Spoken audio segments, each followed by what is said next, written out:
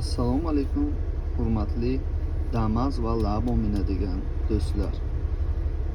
Bu video sizlarga manfaatli bo'lishi uchun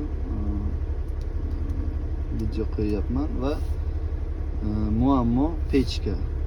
Ya'ni yaqinda men mashinamni antifrizni to'kib, pechkadagisini ham, motordagisini ham to'kib, antifrizni yangisini soldim. Shundan keyin pechka ishlamay qoldi menda.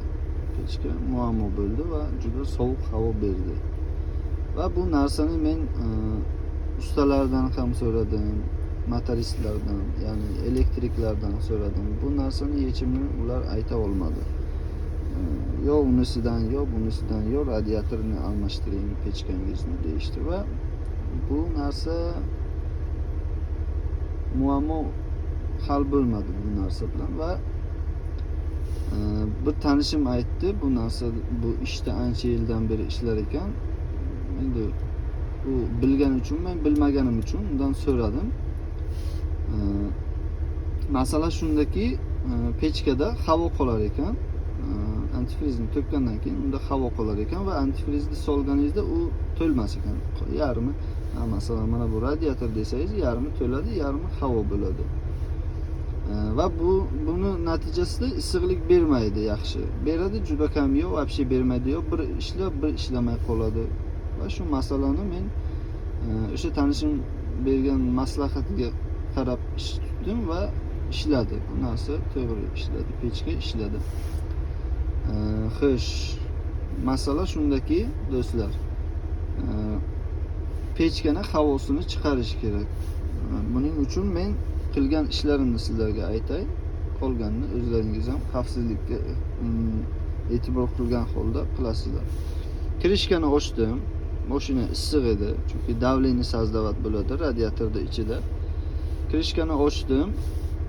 Mashinada yana bir kishi bo'lishi kerak. Mashinada bir kishi gaz berib turadi.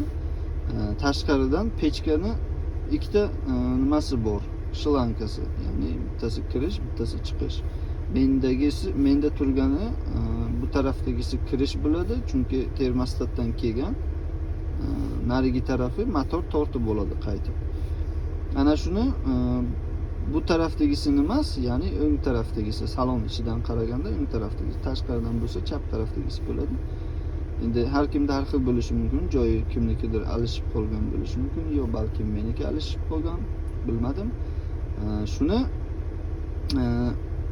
narigi tarafini, ya'ni salon ichidan o'ng tarafdagisini yechasiz, shlankani og'zini ushlab turasiz va mashina ichidagi odamga aytsangiz, sal gazni sal gaz bering desangiz, siz kuzatib tursangiz, bu yerdan ichkaridan o'zi antifriz, radiator ichidan antifriz ozroq chiqadi-yu boshida, keyin birdan ko'proq chiqadi va o'sha paytda shlankani qaytib joyiga suqasiz. Shu bilan meniki pechkam ishlab ketdi. Mana hozir issiq, motorim ham issiq. Qarasangiz bilinsa kerak. Va issiqlik berishi ham juda ajoyib. Bunaqa issiqlik bermayotgan edi yaqinda. Shu masala hal bo'ldi va sizlarga ham buni bo'lishmoqchiman. Kimgadir foydali bo'ladi. Bilganlar uchun eslatma. Bilmaganlar uchun foydali video.